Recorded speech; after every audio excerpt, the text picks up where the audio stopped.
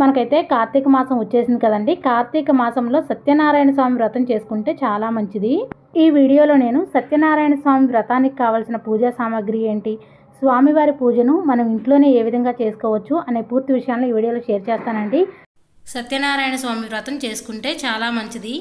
కొత్తగా పెళ్ళైన జంటతో సత్యనారాయణ స్వామి వ్రతాన్ని చేపిస్తారు. గృహప్రవేశం అప్పుడు చేసుకుంటాము. సంతానం లేని వారికి సంతానం కలుగుతుందండి సత్యనారాయణ స్వామి వ్రతం చేసుకుంటే. ఆర్థిక సమస్యలు ఉన్నప్పుడు సత్యనారాయణ స్వామి వ్రతం చేసుకోవడం వలన ఆర్థిక సమస్యలు తొలగిపోతాయి.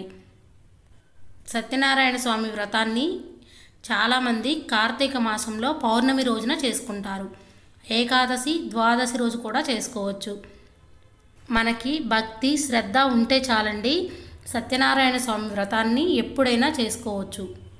సత్యనారాయణ స్వామి వ్రతాన్ని పూజారి చేత చేపించుకొని బంధువుల్ని పిలుచుకొని భోజనాలు పెట్టుకుంటే చాలా మంచిదండి.